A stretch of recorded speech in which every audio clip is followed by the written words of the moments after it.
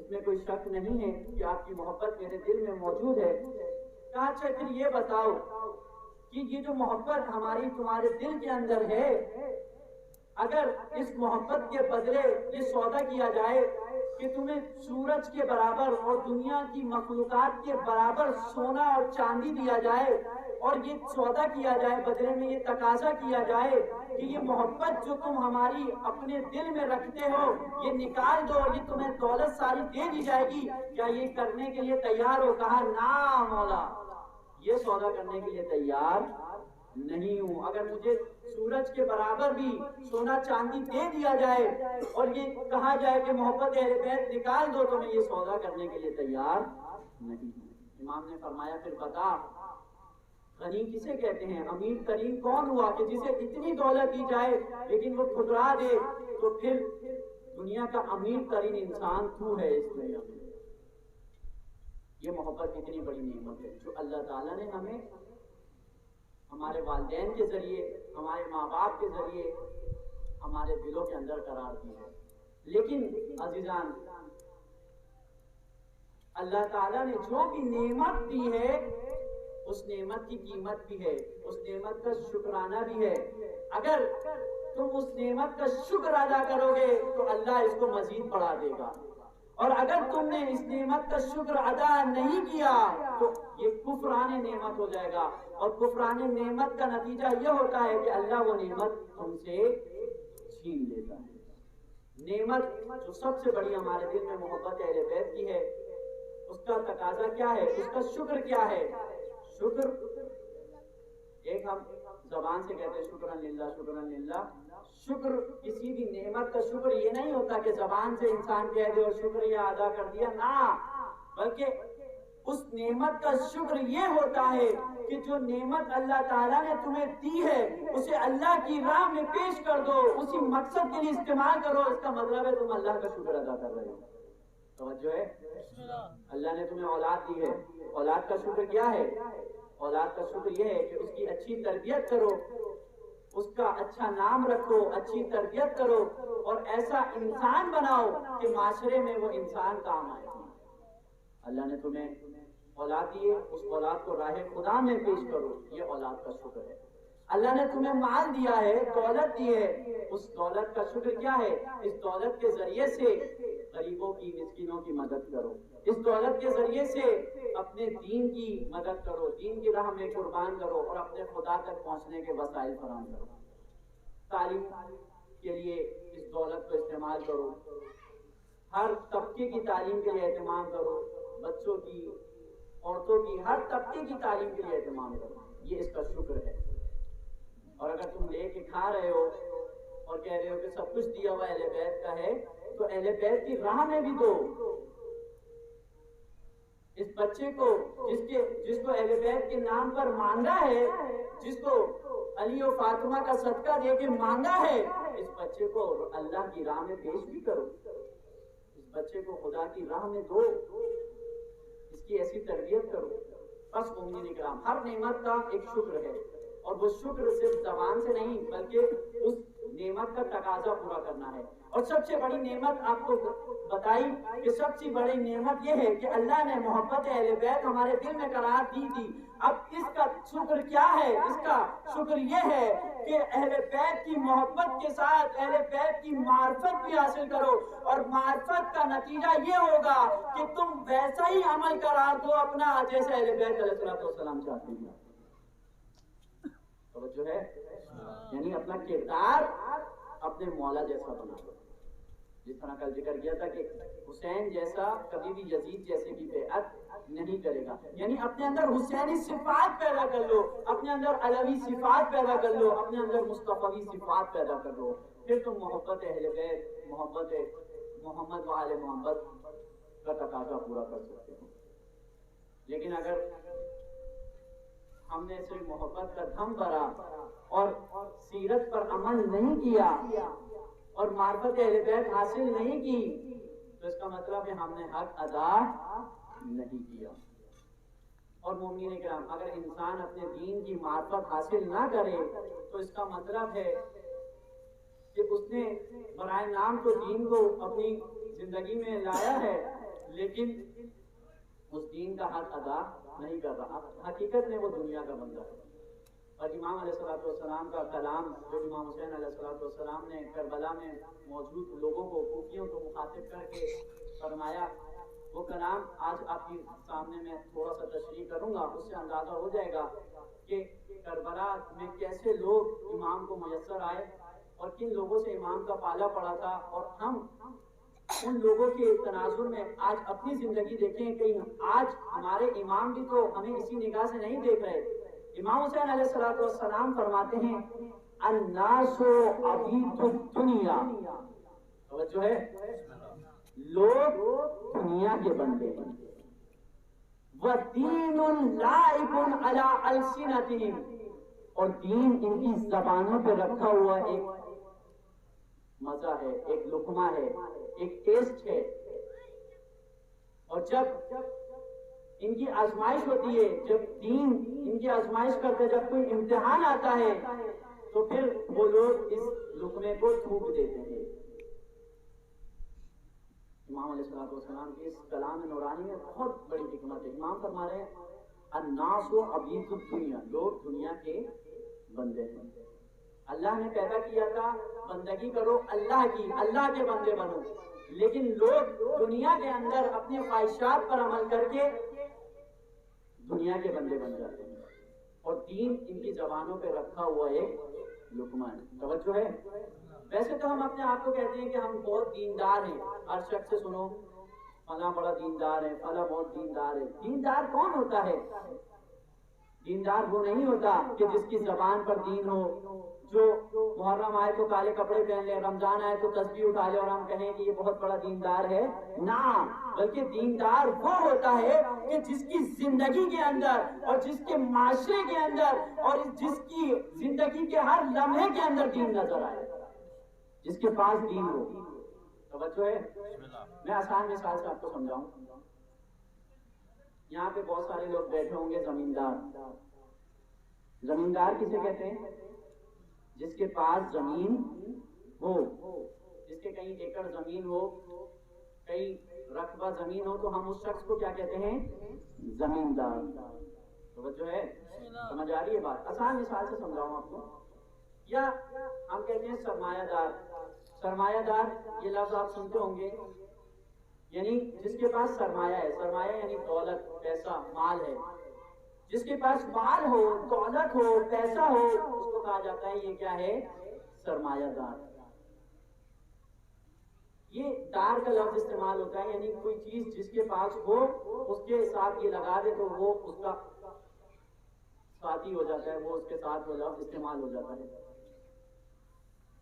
اب یہاں پر توجہ کریں. اگر ہم دین کی تھوڑی سی معلومات رکھتے ہوں، یا جیسے مثال دی، اگر ہم زمین کی معلومات رکھتے ہوں، فلاں زمین کھیتی کے لیے بہت مناسب ہے، فلاں زمین ایسی ہے، فلاں زمین ایسی ہے، تو زمین کی معلومات رکھ لینے سے، اگر زمین نہ ہو، میرے پاس ذاتی زمین نہ ہو، زمین کی معلومات بہت ہو کہ زمین کی یہ خصوصیت ہوتی ہے، وہ زمین اتنی ہے، فلاں زمین ایسی ہے، فلاں علاقے کی زمین ایسی ہے، تو یہ جو زمین کی معلومات میں رکھتا ہوں، زمین کی پوری میں نے ہسٹری پڑھی ہوئی ہے، زمین کے پورا علم میں نے پڑھا ہوا ہے، آیا یہ زمین کی معلومات اور علم رکھنے سے میں زمیندار کہلاؤں گا؟ نہیں کہلاؤں گا.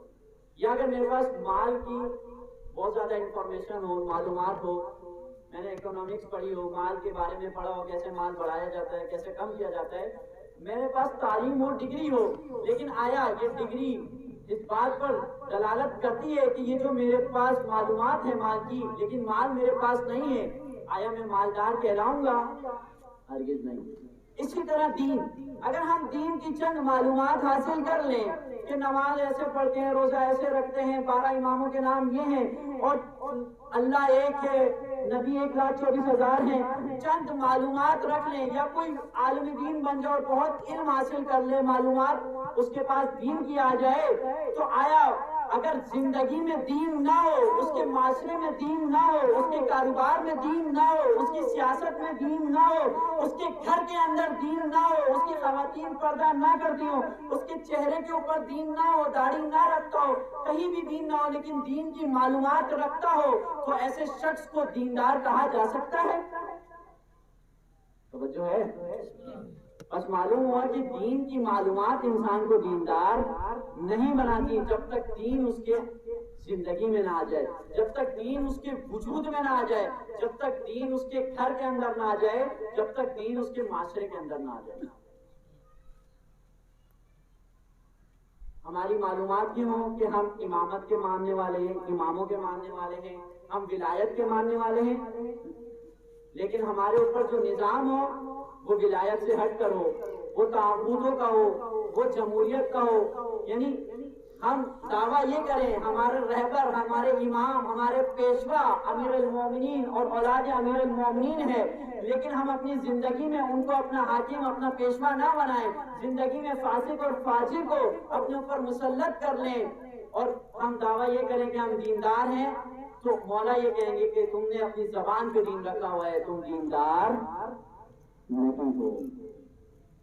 اگر تمہارا کاروبار ہے، کاروبار اگر دین کے مطابق نہ ہو، تقوی کے مطابق نہ ہو، اگر تم حلال اور حرام کی تمیز نہیں کرتے، تو یہ انسان دیندار نہیں کہلا سکتا۔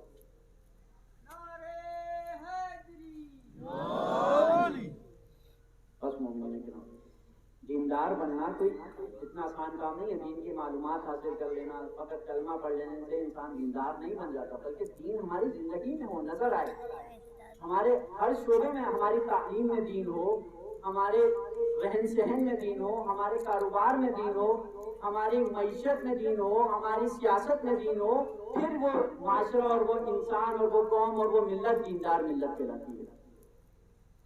صوفی وہ کون لوگ تھے؟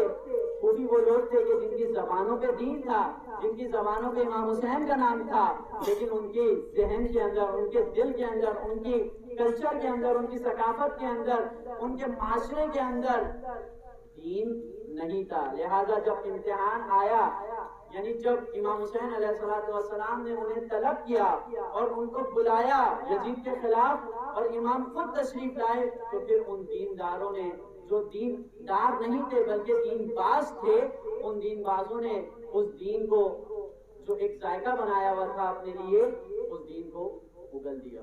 خوشنو دی امام زمانہ بلند تر سلوات، اللہم صلی علی محمد و آل محمد۔ بس مومنین کرام، بہت گہرا نقطہ ہے۔ آج اپنے آپ کو اگر ہم حسینی لشکر میں شامل کرنا چاہتے ہیں تو امام کے اس جملے سے ہمیں اندازہ لگانا ہوگا کہ ہم کہاں کھڑے ہوئے ہیں۔ آیا اگر آج ہماری آزمائش ہو، آج اگر امام زمانہ کے ظہور کا اعلان ہو جائے، تو ہم کس پوزیشن میں ہیں، کس حالت میں ہیں؟ کیا ہم اس قابل ہیں کہ اپنے مولا کے لیے ہم تیار ہوں، آمادہ ہوں؟ ہم کھڑے ہو جائیں کہ مولا لبیک، ہم حاضر ہیں، اور ہم اپنا تمام جان و مال آپ پہ قربان کرنے کے لیے تیار ہیں۔ آیا ہم اس حالت میں ہیں؟ امام حسین علیہ السلام نے در حقیقت ان لوگوں کو ان کی شخصیت دکھا دی، ان کو آئینہ دکھا دیا کہ تم لوگ نام سے تو دیندار ہو، الاجل الاجل تم لوگوں نے لگایا ہوا ہے، لیکن جب امام آئے تو معلوم ہو گیا کہ دین ہے ہی نہیں، دین ان کی زندگیوں میں نہیں ہے۔ اگر دین ان کے اندر اتر چکا ہوتا، معرفت ہوتی دین کی، تو آج ہماری حالت کچھ اور ہوتی۔ بس مومنین کرام، سب سے پہلی ذمہ داری ہماری یہ ہے دین کی معرفت حاصل کرنا، دین کو سرسری نہ لیں۔ ہم نے دین کو سب سے سرسری رکھا ہوا ہے۔ توجہ کریے گا، ہم اپنے دنیاوی امور میں جتنے تیز ہیں، ہم اپنے دنیاوی امور میں، اپنے کمانے کا معاملہ ہو، کھانے کا معاملہ ہو، اگر کوئی دکاندار ہے یا دکاندار کا خریدار ہے، اپنے ایک ایک روپے کا حساب کرتے ہیں، لیکن جب دین کے معاملے میں آتے ہیں تو ہم اتنی حساسیت نہیں دکھاتے. جب تک ہم دین کے معاملے میں بھی اتنے حساس نہیں ہو جاتے جتنا ہم اپنے دنیاوی امور کے بارے میں حساس ہیں، اس وقت تک ہم حقیقی معنوں میں دیندار نہیں بن سکتے. اور حقیقی معنوں میں ہم دیندار اسی وقت بن سکتے ہیں جب ہم دین کو اس کے ارکان کے ساتھ، اس کی معرفت کے ساتھ حاصل کریں. معرفت ضروری ہے، توجہ کریں. امیر المومنین علیہ الصلوۃ والسلام کا خطبہ اول نہج البلاغہ میں اس نے فرمانا ہے اول دین معرفتہ، دین کی اول، دین کی الف، دین کی بنیاد، جہاں سے دین شروع ہوتا ہے وہ اس دین کی معرفت ہے. یعنی جس مکتب پہ، جس دین پر تم عمل کر رہے ہو، پہلے اس کو پہچانو، اس کو سمجھو. اگر نہیں سمجھو گے، اگر تدبر نہیں کرو گے، غور و فکر نہیں کرو گے، اور جہاں سے جو سنا اس پر عمل کر دیا اور بغیر سوچے سمجھے اپنی زندگی گزار دی، تو یہ دین نہیں ہے، بلکہ یہ تمہاری دنیا کے بنائے ہوئے، تمہاری دنیا، تمہاری زبانوں کے اوپر ایک لقمہ ہے جو دین کے نام پر. امام حسین علیہ السلام ان لوگوں کو یہی حقیقت بتا رہے ہیں. ان کو معرفت نہیں تھی، نہ ایمان کی معرفت تھی نہ دین کی معرفت تھی. اس وجہ سے جب امتحان ہوا تو فیل ہو گئے. صرف 72 ایسے لوگ تھے، ایسے دیندار، میں کہوں ایسے دیندار تھے کہ جو اس امتحان میں پاس ہو. آج ان مجالس اعضاء کا جو سب سے بڑا فریضہ ہے وہ یہی ہے کہ ہم ان مجالس کے اندر ایک اہل منبر کا فریضہ یہ ہے کہ وہ عزاداروں کو دیندار بنائے، اور عزادار کا فریضہ یہ ہے کہ وہ دین کو تلاش کرے، حقیقی دین اس کو سمجھے اور اس کو تلاش کرے. آج بہت سارے دین کے نام پر جس نے جو سمجھا، مولانا رومی ایک مثال دیتے ہیں کہ ہر ایک نے دین کا جو حصہ جو اچھا لگا اس کو پکڑ لیا. مثال بڑی خوبصورت ہے، توجہ کریے گا. ایران کے اندر ہاتھی نہیں ہوتے تھے، ہندوستان میں ہوتے ہیں، ابھی بھی ہوتے ہیں. مثال ایک، تو ایک بار ایران کے اندر ہندوستان سے ہاتھی لایا گیا. اس وقت میڈیا کا دور نہیں تھا، کسی نے دیکھا ہوا نہیں تھا، صرف سنا ہوا تھا. اور اس ہاتھی کو ایک اندھیرے کمرے میں، بغیر روشنی والے کمرے میں بند کر دیا. اور لوگ آئے، لوگوں کو بہت جستجو دی، یہ ہاتھی بہت سنا ہوا تھا، ہاتھی یہ ہوتا ہے، ہاتھی وہ ہوتا ہے. تو ایک دروازے سے لوگ گزرتے، اندھیرے میں ہاتھ لگاتے ہاتھی کو، اور باہر نکلتے تو جب دوسرے لوگ ان سے پوچھتے کہ ہاتھی کسے کہتے ہیں، تو اندھیرے میں جس کا ہاتھ جلدی میں رش بھی تھا اور جس کا ہاتھ جہاں لگتا، جس کا ہاتھ ہاتھی کی سونڈ پہ لگتا تو وہ کہتا ہاتھی ایک پائپ کی طرح ہے. جس کا ہاتھ اس کے ہاتھی کے پاؤں پہ لگتا وہ کہتا ہاتھی ایک ستون کی طرح ہے. جس کا ہاتھ اس کی کمر پہ لگتا، پیٹھ پہ لگتا، وہ کہتا ہاتھی ایک تخت کی طرح ہے. جس کا ہاتھ ہاتھی کے کان پہ لگتا وہ کہتا ہاتھی ایک پنکھے کی طرح ہے. یعنی اندھیرے میں، جلدی میں جس نے جیسے ہاتھ لگایا اس نے آ کے ویسے ہی تفسیر کر دی. لیکن کسی کے پاس اتنا وقت نہیں تھا اور اتنی فرصت نہیں تھی اور اتنی اس میں حوصلہ نہیں تھا، وہ مکمل جائزہ لیتا اور پھر آ کے بتاتا کہ یہ ہاتھی کس مخلوق کا نام ہے. بس دین کے ساتھ بھی یہ ہوا. کسی نے دیکھا دین اللہ اللہ کرنے کا نام ہے، اس نے کہا کہ بھائی دین نام ہی اسی کا ہے کہ اللہ اللہ کرتے رہو. کسی نے دیکھا کہ دین جہاد کرنے کا نام ہے، اس نے کہا کہ بھائی دین مار دھاڑ کا نام ہے، دین کے اندر بس جہاد ہے، مارو، تکفیر کرو، قتل و غارت کرو. کسی نے دیکھا کہ دین میں فقط ماتم ہے، ماتم کرو، نعرہ لگاؤ اور تم جو ہے وہ جنت پار ہو جاؤ. کسی نے کہا کہ دین فقط نمازوں کا نام ہے، نماز پڑھ لو پوری اور تم کامیاب ہو جاؤ گے. یعنی جس نے جیسا دین دیکھا، جیسا دین اس کو دکھلایا گیا، اس نے ویسی تفسیر کر دی اور ویسے ہی دین اپنے لیے اپنا لیا. رسول اللہ کا فرمانا تھا کہ دین کے، میرے دین کے، اسلام کے 72 فرقے بن جائیں گے. 72 کثرت کے لیے تھا، یعنی اتنے فرقوں میں تقسیم ہو جائے گا. یعنی جو جس نے فہم، جو جس نے سوچا، جو جس نے لیا، اسی کے مطابق اس نے اس پر چلنا شروع کر دیا. آج آپ دیکھیں 72 نہیں بلکہ 72,000 فرقے بن چکے ہیں. یہ رسول اللہ کا فرمانا تھا. کثرت سے اتنے، ہر شخص اپنے ذہن کے اندر ایک نیا دین رکھتا ہے. کیوں؟ کیونکہ دین کو مکمل نہیں سمجھا، دین کو بنیاد سے نہیں سمجھا. دین جو رسول اللہ صلی اللہ علیہ وآلہ وسلم امت کو دے کر گئے تھے، اس دین کو ہم نے چھوڑ دیا اور ہم اپنی دنیا میں زیادہ مصروف ہو گئے اور ہمیں وقت ہی نہیں ملا کہ ہم اس حقیقی دین کو پہچانتے تاکہ اس پر عمل کر کے اپنی دنیا اور آخرت کو کامیاب کر لیں. ایک مرتبہ درود پڑھیں محمد والے محمد. اللہم صلی علی محمد وآل محمد. ہمیں دین، بعضوں کو دین واہ واہ کرنے کا نام ہے کہ دین میں آؤ واہ واہ کرو اور چلے جاؤ. بعضوں نے کہا کہ دین فقط رونے کا نام ہے، رو لیا بس کامیاب ہو گئے. بعضوں نے کہا نمازیں پڑھ لو، نماز جو نہیں پڑھتا بس وہ کافر ہے، باقی جو نماز پڑھ لی اس نے اپنا، باقی یہ نہ دیکھے پڑوس میں کوئی غریب ہے، کسی پہ ظلم ہو رہا ہے، چھوڑو بس اپنا نہ بیٹو پڑھائی کی کیا پڑھی. جس نے جیسا دین دیکھا سمجھا اور اسی کے اوپر عمل کرنا شروع کر دیا، لیکن دین کو بنیاد سے نہیں سمجھا. جو رسول اللہ دین دے کر گئے تھے اس کو نہیں سمجھا. ایک مرتبہ رسول اللہ صلی اللہ علیہ وآلہ وسلم صلی علی محمد وآل محمد اپنے اصحاب کے ساتھ بیٹھے ہوئے تھے تو رسول نے ایک لکیر کھینچی زمین کے اوپر، ایک لکڑی سے ایک لکیر کھینچی اور اپنے اصحاب کو کہا کہ یہ میرا راستہ ہے، میرا اسلام ہے، دین ہے، جو صراط مستقیم ہے جو میں نے تمہیں بتایا ہے. اور پھر اس کے بعد اسی کے پیرالل، اسی کے ساتھ چند اور لکیریں رسول اللہ نے کھینچ دی اور کہا کہ یہ میرا دین ہے، میرا اسلام ہے اور اس کے مختلف اسی کے جیسے اور راستے بنائے جائیں گے، لیکن تم نے اسی راستے پر رہنا ہے جو میں تمہیں بتا کے جا رہا ہوں. اور وہ راستہ کون سا ہے؟ وہ راستہ علی بن ابی طالب کا ہے. جس راستے پہ علی بن ابی طالب تمہیں لے کر جائیں گے تم نے اس راستے کو تھامے رکھنا ہے.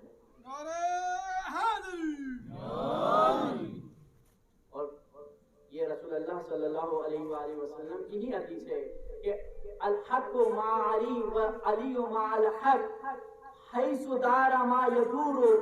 حق علی کے ساتھ ہے اور علی حق کے ساتھ ہیں. حق وہیں جائے گا جہاں علی علیہ السلام جائیں گے. یعنی دین کا راستہ رسول اللہ نے بتا دیا اور ساتھ بہت سارے راستے بتا دیے اور کہا کہ دین جیسے ہوں گے لیکن دین کے راستے نہیں ہوں گے. دین کا صراط مستقیم ایک ہی راستہ ہے اور وہ ولایت اور امامت کا راستہ ہے، وہ امیر المومنین کا راستہ ہے، وہ سیرت علی بن ابی طالب کا راستہ ہے.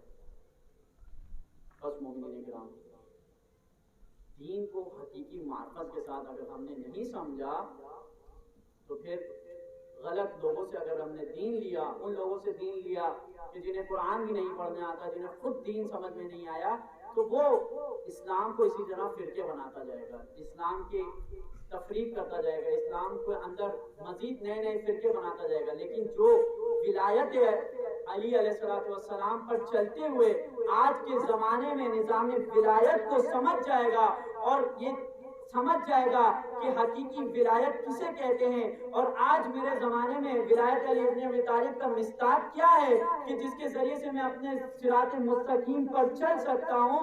اگر یہ کوئی شخص آج کے زمانے میں سمجھ جاتا ہے تو حقیقی معنوں میں وہ دیندار بن سکتا ہے. یہ ولایت کا راستہ ایسا نہیں کہ امیر المومنین شہید ہو گئے تو ولایت کا راستہ بھی ختم ہو گیا، صراط مستقیم بھی ختم ہو گیا اور اب کوئی راستہ نہیں. نہ، بلکہ یہ ولایت آج بھی ولایت امیر المومنین ہمارے درمیان موجود ہے اور اس ولایت کا نام ہے ولایت فقیہ. توجہ ہے؟ انشاءاللہ مستقل موضوع میں سمجھاؤں گا کہ ولایت کس چیز کا نام ہے اور ولایت کہتے کسے ہیں اور ہم ولایت کسے کہتے ہیں، اور رسول اللہ نے جس ولایت کا اعلان کیا اور امیر المومنین جس معنی میں مولا ہیں اس کا معنی کیا ہے. امیر المومنین کی جو ولایت کا اعلان ہوا، من کنت مولا فہذا علی مولا، وہ فقط ایک دوستی کا اعلان نہیں تھا کہ جس کا میں دوست ہوں اس کے علی دوست ہیں. یہ تعریف ہے ولایت کے معنی میں، بلکہ رسول اللہ در حقیقت ان لوگوں کو یہ بتا رہے تھے کہ جس کا میں حاکم ہوں، جس کا میں ولی ہوں، جس کا میں سرپرست ہوں، آج میرے بعد اس کا حاکم، اس کا ولی، اس کا سرپرست یہ علی ہوں گے.